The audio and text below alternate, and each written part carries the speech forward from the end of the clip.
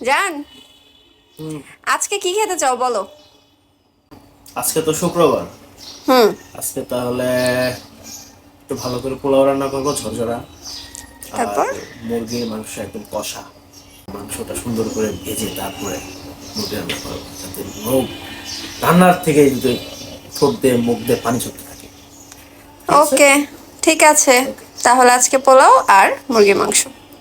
তারপর তারপর আবার কি, সে আবদার করলো আর আমি তার জন্য রান্না করতে চলে আসলাম। আজকে কিন্তু অনেক মজা করে আমি তার জন্য খুব যত্ন করে রান্না করব মুরগির মাংস সাথে পোলাও। যেহেতু সে খেতে চেয়েছে, একটু মনোযোগ দিয়ে রান্নাটা তো করতেই হবে। আর ভাবলাম আপনাদের সাথেও একটু শেয়ার করে ফেলি। প্রথমেই আমি পেঁয়াজের বেরেস্তাটা করে নিয়েছি, আর এখন মাংসটা বসিয়ে দেওয়ার জন্য পেঁয়াজটা দিয়ে দিয়েছি সাথে গরম মশলা। এখন গরম মশলা আর পেঁয়াজটাকে আমি ভালো করে একটু ভেজে নিব, তারপর এক এক করে বাকি মশলাগুলো আমি এখানে দিয়ে দিব।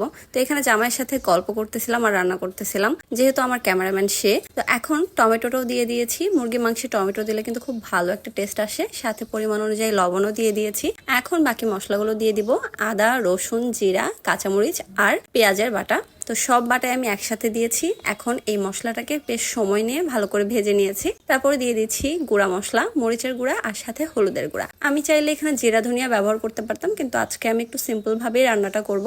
আপনারা চাইলে ওগুলো ব্যবহার করতে পারেন। তা আমি কিন্তু পানিও দিয়ে দিয়েছি। মশলাটাকে খুব ভালো মতন কষিয়ে নিয়েছি। দেখেন তেলটা ভেসে উঠেছে, কি সুন্দর লাগছে তাই না? এখন দিয়ে দিচ্ছি আলু। আমি কিন্তু আলু দিয়ে আজকে মুরগির মাংসটা রান্না করব। তো এখানে মুরগির মাংসটাও দিয়ে দিচ্ছি। ব্রয়লার মুরগি রান্না করার মতো যদি রান্না করতে পারেন তাহলে অনেক বেশি টেস্টি হয়। এটা যারা রান্না করে খেতে পারে ভালোভাবে প্রপারলি তারাই জানে। তো আমি মুরগির মাংসটাকে বেশ সময় নিয়ে ভালো মতন কুক করে নিয়েছি।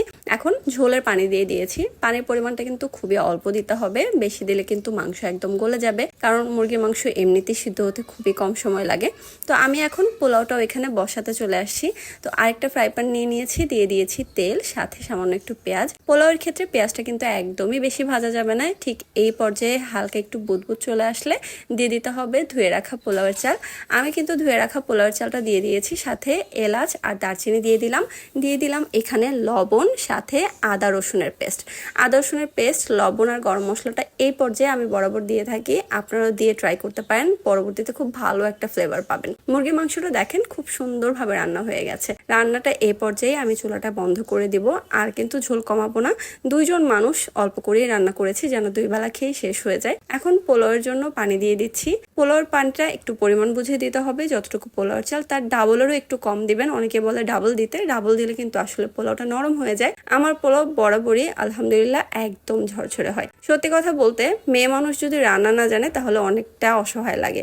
এটা যেই মেয়েরা রান্না পারে না তারা এখন না বুঝলেও একটা পর্যায়ে সেটা বুঝবে। আমিও একটা সময় কিচ্ছু পারতাম না, বাট আলহামদুলিল্লাহ এখন জামাই যেইটা আবদার করবে সেইটাই রান্না করে দেওয়ার মতো ক্ষমতা আমার আছে। তো জামাইয়ের জন্য এখন প্লেটটা সুন্দর করে সাজাচ্ছিলাম। এখানে দিয়ে দিয়েছি পোলাও, সাথে কাঁচামরিচ, লেবু, পেঁয়াজের বেরেস্তা। এখন তাকে একটু মাংসটাও বেড়ে দেই। সুন্দর করে একটু বেড়ে দিলে দেখতেও ভালো লাগবে, আর সে পছন্দও করবে হয়তো। তো এই জন্য আমি একটু সুন্দর করে বেড়ে দিচ্ছিলাম। প্রত্যেকটা মেয়ে মানুষের রান্না শেখা উচিত। রান্না জিনিসটা এটা নিজের জন্যই শেখা উচিত, কারণ এটা অনেক বেশি কাজে দিবে। ছেলে বলি বা মেয়ে বলি, এটা সবার ক্ষেত্রে খুব বেশি জরুরি। যার জন্য এত কষ্ট করে রান্না করলাম, চলেন দেখে আসি সে আসলে খেয়ে কি বলে। তোমার জন্য রাজকীয় প্লেট সাজিয়ে দিলাম। তুমি পোলাও মাংস খাইতে চাইছো, কেমন হয়েছে খেয়ে বলো।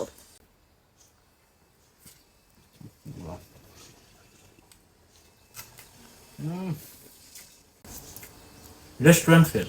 আসলে মজা হয়েছে। রেস্টুরেন্ট ফেল, আসলে মনে হয়েছে। ওকে, তাহলে খাও। ওকে, থ্যাংক ইউ। ওয়েলকাম।